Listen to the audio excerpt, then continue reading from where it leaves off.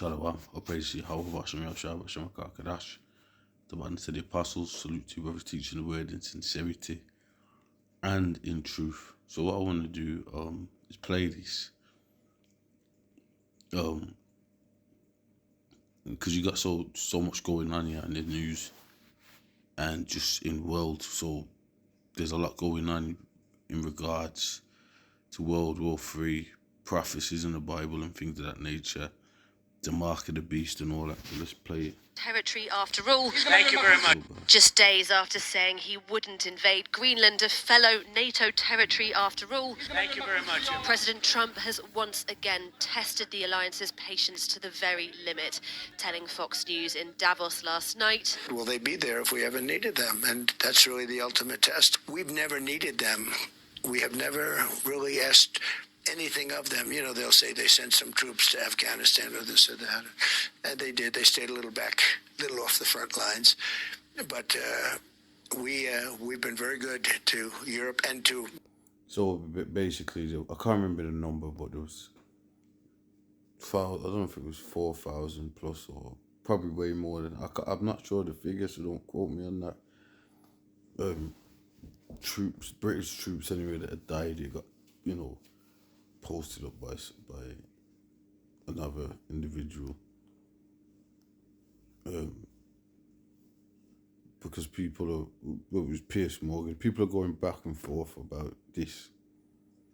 The NATO and America and NATO having been at odds is Bible prophecy. So we're gonna start seeing, because before that we're gonna start seeing that mark of the beast being pushed super duper. Okay, let's play. Many other countries. Words now burning in the ears of those mourning loved ones lost fighting in close combat on the front line of the Afghanistan war. In fact, the only time a NATO nation has triggered Article 5, which states an attack on one is an attack on all. That country, the United States of America after 9/11, and Al-Qaeda's attacks on one is of those mourning loved. They did. They stayed a little back. Attack on one is an attack on all.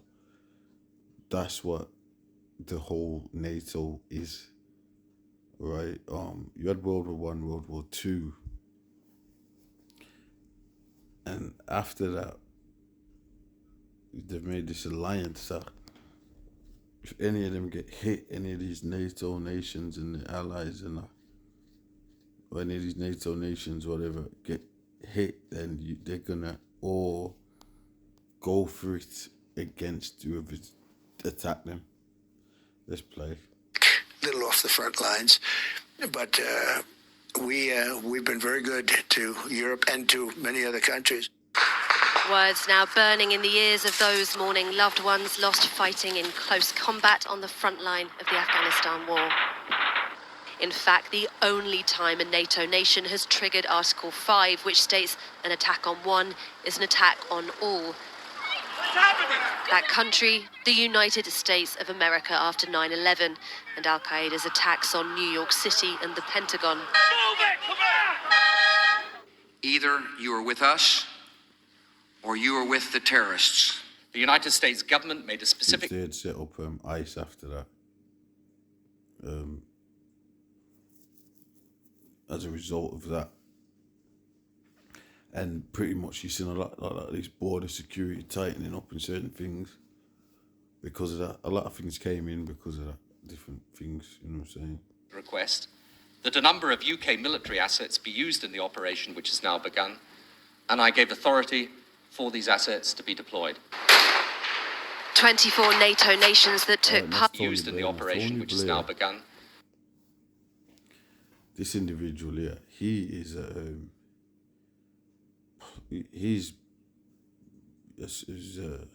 what would I describe him? He's super in there, juiced in with them elites. Okay, that's one prime minister that he does the bidding of the Rothschilds all day long, right? and I gave authority for these assets to be deployed. 24 NATO nations that took part suffered casualties. The highest death toll behind the US was the UK, with 457 soldiers losing their lives over the next 2 decades. Images of their coffins being repatriated on RAF planes and driven through their heartbroken communities seared on the national psyche. Claire Waterworth spent... Basically, when you go to war,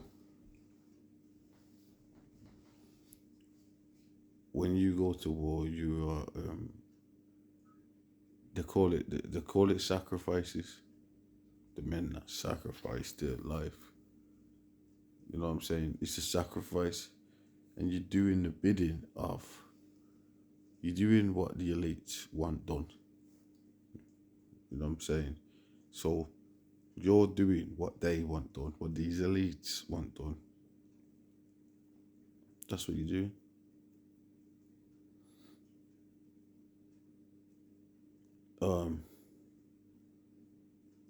So all the wars that are for purposes. Certain organizations get set up.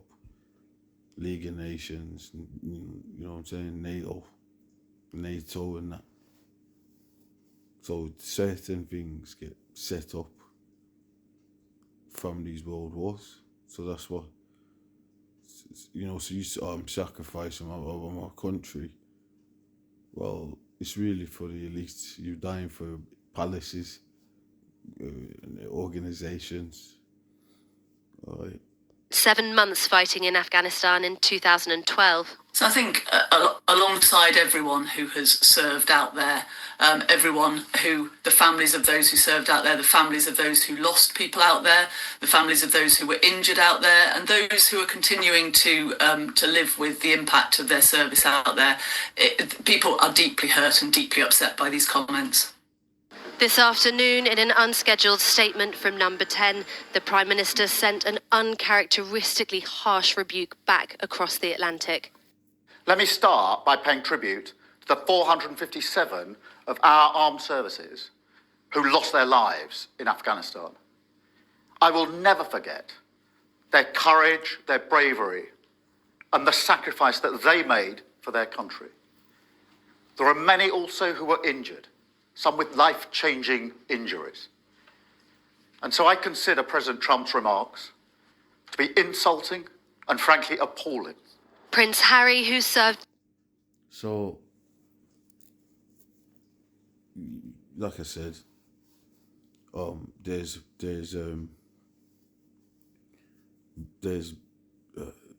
what word could I use? Beef. There's beef. Okay, so it's just lack of a better word right now. I can't think of one. What's variance between Trump and NATO, which NATO's obviously all those NATO nations in Europe and that. And he's straight sending for them guys. He's going for it with him, calling them out.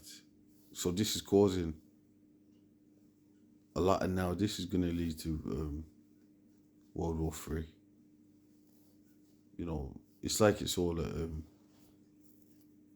theatre. Well, you know, it is. But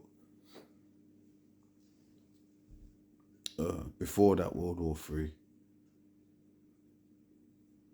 and I mean by way of nukes, because, you know, right now we got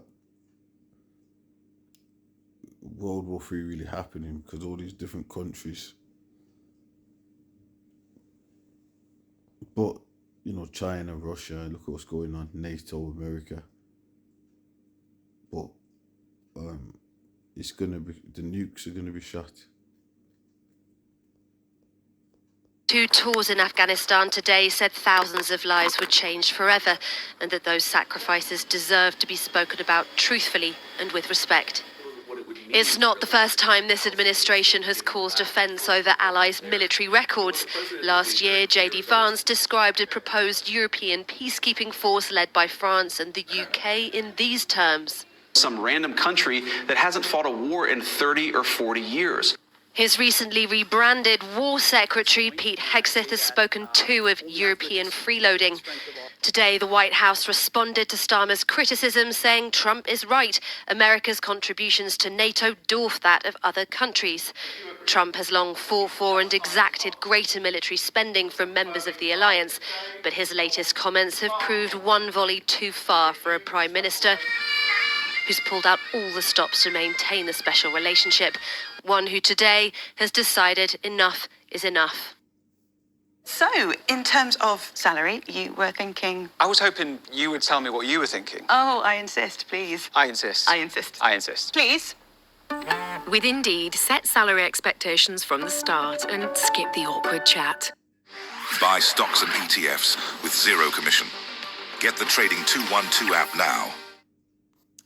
And Amelia is with me now. Amelia, extraordinary comments from the US president, but an equally extraordinary response from the Prime Minister. And all the more so because his relationship with the US... Eventually the UK would join in. You know, you would have thought, how would that have happened? And now you can see how it's going to happen. Because it's playing out. You know what I'm saying? They had different presidents in there before. You had Obama and you had this, you had that. And it was like, well, how is that going to happen with them in there? But then the Trump comes in and he really sets things off.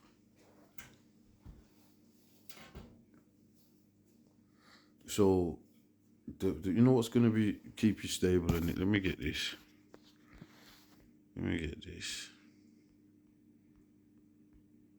me get this, man. What's that, Isaiah?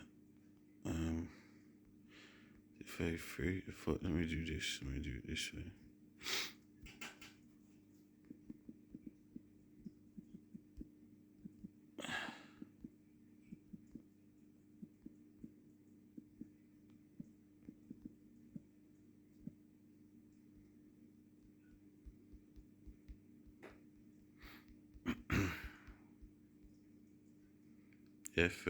Isaiah 33 was right there. Anyway, Isaiah 33:6. Wisdom and knowledge shall be the stability of thy times, and strength of salvation. And the fear of the Lord is his treasure. The Lord will not do a video on that scripture right there, because when all hell breaks loose, wisdom and knowledge shall be the stability of thy times, and strength of salvation, and the fear of the Lord is his treasure. So the fear of the Lord is you know, that's the main thing. That's the treasure right there. But see, when all hell breaks loose, we're gonna know what's going on is going on. We're gonna know what it leads to, and we're gonna know ultimately it leads to the kingdom. A lot of people ain't gonna know that. You got doomsday preppers and that. Then you got just people that watching stuff and they don't understand. You know what I'm saying? So, you know, the men of the Lord are going to be stable in all this chaos that's brewing. Let's play this. All the more so because his relationship with the US president has been so carefully choreographed. He's always been careful not to criticize him. His policy so far has been to keep calm and cajole him, even as Trump was threatening trade war, even as he was threatening to invade Greenland. But then that changed this week. On Monday, he said that he was wrong on Greenland. On Wednesday, he said he wouldn't yield to him on it, that he wouldn't yield to the pressure he was trying to put on him. And today he crossed a Rubicon using much stronger language, describing those words from Trump as appalling and insulting. Even as he did it, he insisted he still had a good relationship with Trump. But with mother after mother coming out today in cold fury, their sons having died in a war that America took them into, it's hard to see how Starmer couldn't have said anything. It does feel like a potentially seismic moment in the special relationship. Amelia, thanks very much. Well, joining me now is Jeanette Binney, the mother of Sean Binney, a soldier who was killed in 2009, aged 22, while on patrol in Helmand province in Afghanistan. Jeanette Binney, thank you so much for joining us today. I just wonder, go back, if you would, to your immediate reaction when you first heard these comments. So what they're doing now is just pulling on heartstrings. Oh, you know, that's how they do it in the UK, over in the UK, right? So now they're just going to be going, oh, we can't believe you said that. It's just, you know, someone that, well, you know what, that's what war is. People fucking dying. You know, if you don't want to get smoked in the war, don't fucking go to war. I was absolutely soul destroyed. It just felt so demeaning to my child and every other child that's been lost, to the servicemen, servicewomen, to the veterans. Absolutely disgusting. Your son fought alongside Americans, yet here you have an American president suggesting he and others held back somehow. Obviously, it's offensive, full stop, but as a mother who lost her son, it must be incredibly difficult. It's like it's like them tearing open a wound again, if you like. At the end of the day, my child gave his life for his queen and country and for what he believed in. For now, President Trump to come back and say that they never asked for our allies, they never wanted us, we never were on the front line. Well, I'm sorry, but my son worked and he fought for his queen and country in lands far away, including Afghanistan, and that's where he died. So yeah, he was very much frontline. And when he talked to you about what that front line was like, what sense did he give of what he was going through? It was not what he was expecting. It was a lot rougher than he expected. But I've always had this motto, being an army wife and mum, you know, can switch yourself on, you'll be fine, can tough love. I don't think any of us can ever actually 100% think or experience what they have experienced out there. If I'm being okay, I was just, do you know what I'm going to do? You know what? Let's do this. Let's go to the scriptures here. So let's bring out. So for Trump's, so he's pissing people off in NATO and that, which is all what's going to go down now. Yeah, it's all the prophecy. So let's get Revelation 17:1, and there came one of the 7 angels, which had the 7 vials, and talked with me, saying, Come unto me, saying unto me, Come hither, I will show unto thee the judgment of the great whore that sitteth upon many waters. Now that's talking about America. Okay, that great melting pot, right? That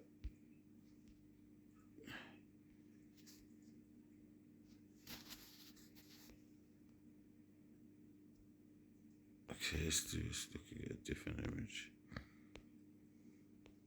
That one's alright, but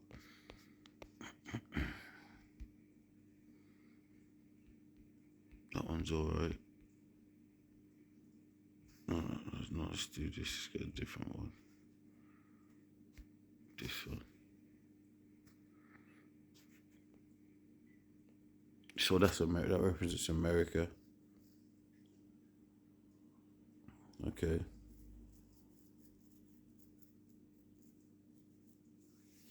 Let's do this.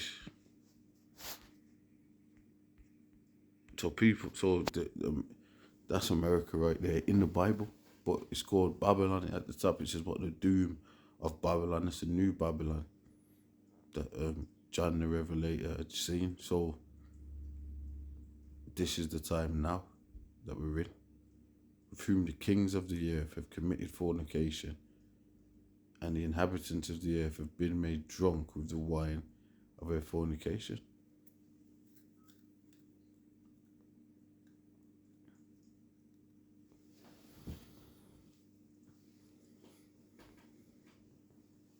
Countries have been in bed with America, and it's pushed its philosophies all over the planet Earth. LGBT, women's liberation, you know, all this kind of stuff, abortion. They're things that came out of it. You know, they call it Western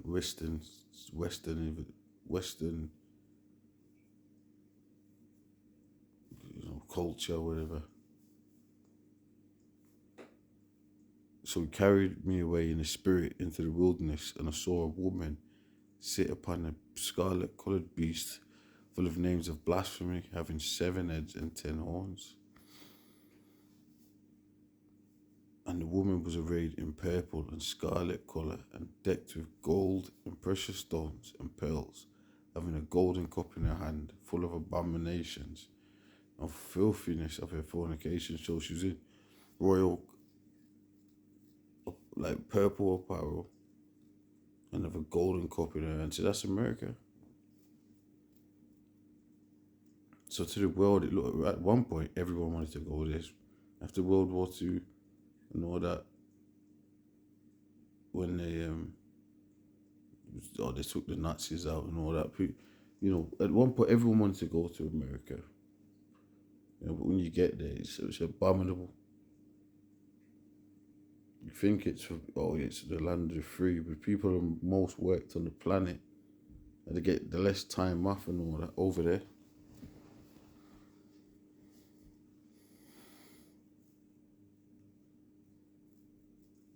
Everything's is decaying over there.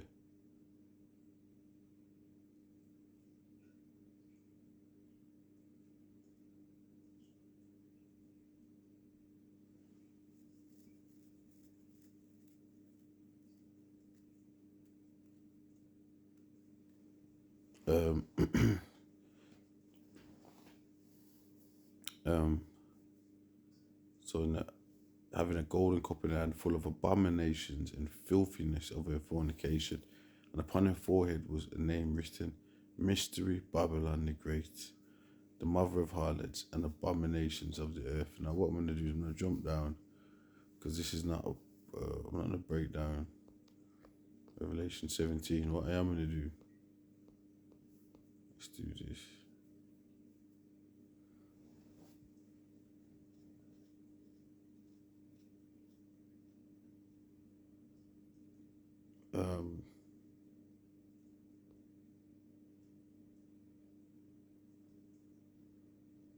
So he's talking about judgment on.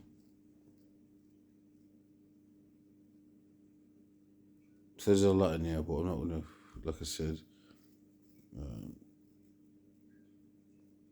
let's just get to the point. Let's get to the point. I might go over Revelation 17. It's a good time to do that. Revelation 17, 15. And he saith unto me, the waters which thou sawest, where the horse sitteth, are peoples and multitudes and nations and tongues. And the 10 horns which thou sawest upon the beast, these shall hate the whore, and shall make her desolate and naked, and shall eat her flesh, and burn her with fire. Now, if you read in the 11th verse, it says that the 8th would go into perdition, which is the beast, which is Babylon the Great, America.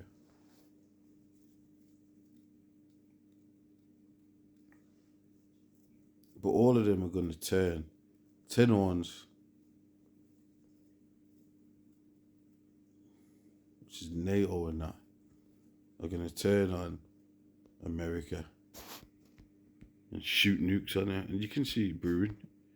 Let's get some more of this. Let's see what's popping. Think or experience what they have experienced out there, if I'm being totally honest. We all love coffee, but we all love it differently. Some like the creamy texture hot. You might think the foamier the better. But however you love your coffee, love it even more with Alpro. Think or experience what they have experienced out there, if I'm being totally honest. So Keir Starmer has come out today, and as we've been hearing, you know, it's his strongest intervention yet against Donald Trump, who is a president and a leader he has tried not to annoy, quite clearly. Is what he said today right? Is it strong enough for you? No, it's not strong enough. I know that he needs to apologise, but to be fair, I think that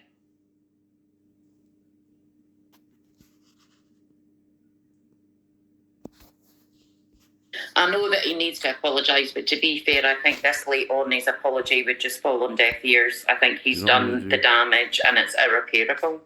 For people, so I'm gonna get. I want to see what they're talking about. Let's see if we can get some. Richard Williams, who's much. Thank you. Well, also joining me now is the former commanding officer of the SAS 22 Regiment, Lieutenant Colonel Richard Williams, who served in Afghanistan. Thanks very much for you for joining us too. Your immediate reaction to what you heard? I want to Satan's angels. All right. So these, let's play. Well, firstly, I'd say that we went to Afghanistan to destroy or help to destroy a terrorist capability that killed 67 Brits in 9/11. That's the largest act of mass murder in peacetime that's been inflicted upon British citizens. And we did it for Britain, not for an alliance or anybody else. And every British soldier that served there in that early operations and those that evolved into a NATO operation to try and deliver security there did it for Britain. And they should be unbelievably proud of what they did. And I think that should be said and it should be repeated.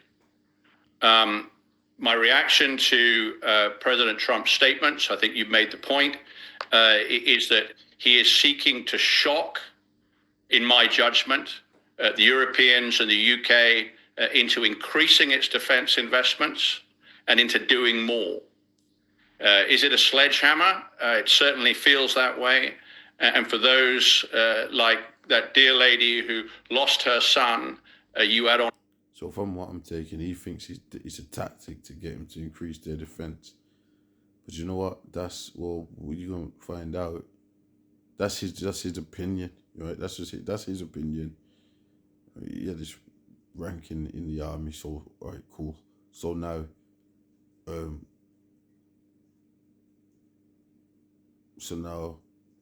we know what the prophecy says. This is why you gotta know prophecy. Wisdom and knowledge shall be the stability of their times, because we know that the UK, if you to ask us, is America, they're gonna shoot, he's gonna nuke America. We don't know what he's gonna say. Now, if you ask people about World War III, they'll go, yeah, he might say, yeah. But if you ask if Britain's going to nuke America, you might not believe that one. A minute ago, it is heartbreaking to have those statements made publicly. Exactly. We'll and move the on to. veterans should be all feeling that. Sorry to interrupt you, but and we'll move on a moment into what you seem to be arguing, which is, he's trying to achieve something here, but it is at the expense of causing wounds to people like Jeanette and to the many mothers and families and servicemen who have lost their lives and those who have been injured, servicemen and women. Yes, see, that's all they're talking about. But like I said, when you join up the army, that's what you've already. But obviously, I guess it's like,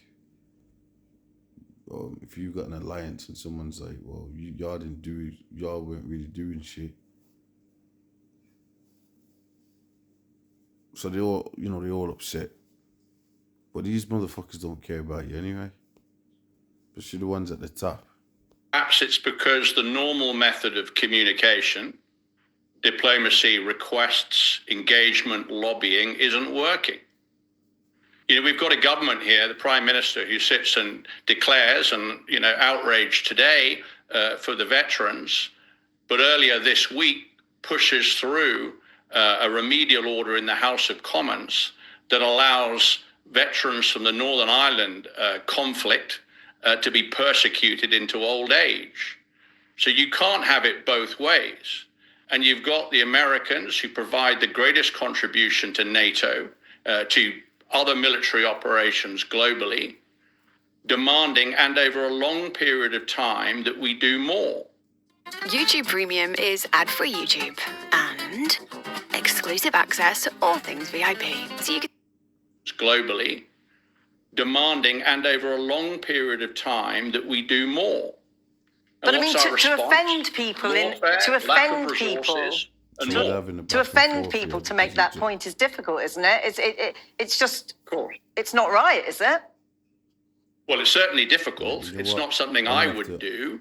But again, those of us who, and yourself included, that observe Donald Trump's method of persuasion and influence, this is, designed to alarm. And I have no sympathy for it, and I have great sympathy for those who are upset by it. So it sounds like he's justifying what he did and what he said. Okay. The reason that it's happening is to put Britain on notice. It's not investing enough in defence. It's not taking it seriously enough. And we should step up to do more. And I mean, that is the point that has been clearly made, very particularly, very acutely over that last week, this reframing of the old order. And you're saying that the UK and Europe now needs to step up in a different way. Yes, I mean, again, I don't want to get drawn into the very interesting discussion related to reframing the new order. I think a lot of those words are used, again, in the same way Trump uses, for shock effect. But really, as you know, for some period of time, America has been, the Trump administration 1.0, as well as this administration, and many others, have recognized that the European contribution to NATO needs to be stronger. And very recently, during the Davos discussion, You mentioned the new order a lot. Okay.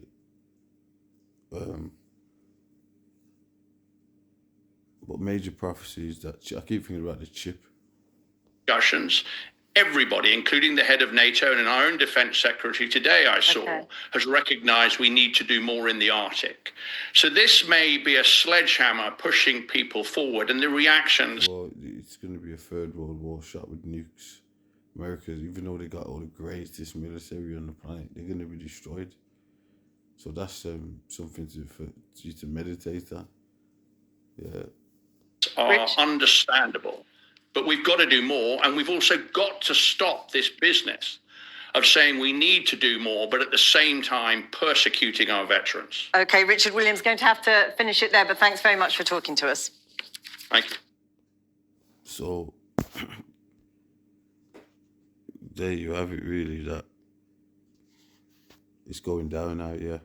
And we're going to have people that were together, like NATO and America, we just read it. And also it says the mother shall be, it's in Jeremiah. You know, the mother of the Babylon, the beast, is going to turn on it. I can get it, you know. Matter of fact, let me do that. Let me do this. Let me go to Jeremiah. Jeremiah 50, Jeremiah 51. And then it might actually be somewhere else. But, okay, Jeremiah 50 and 12. Your mother shall be so confounded. She that bare you shall be ashamed. Obviously, America came out of England. That's the British, the Americans, Brits, they came out of Britain. And basically,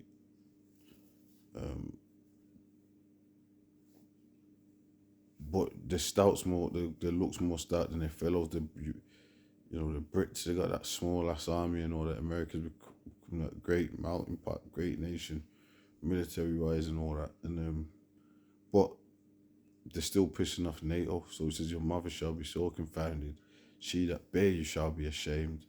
Behold, the hindermost of the nation shall be a wilderness, a dry land and a desert. Going into what? America. Okay. Let's get it on the map. And you know what I'm gonna probably do? I'm probably gonna catch you on the next one. Let's type this in.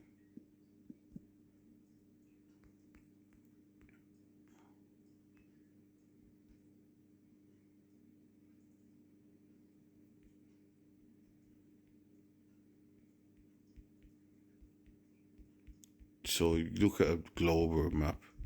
America's all the way up there on the left, so they're hitting the most of the, so, but that whole land is going to be destroyed.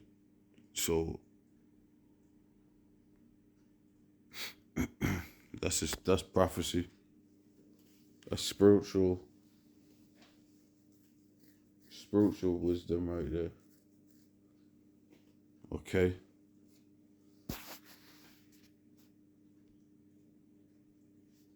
Hey, so with that, I'm going to close out. I'm going to say Shalom.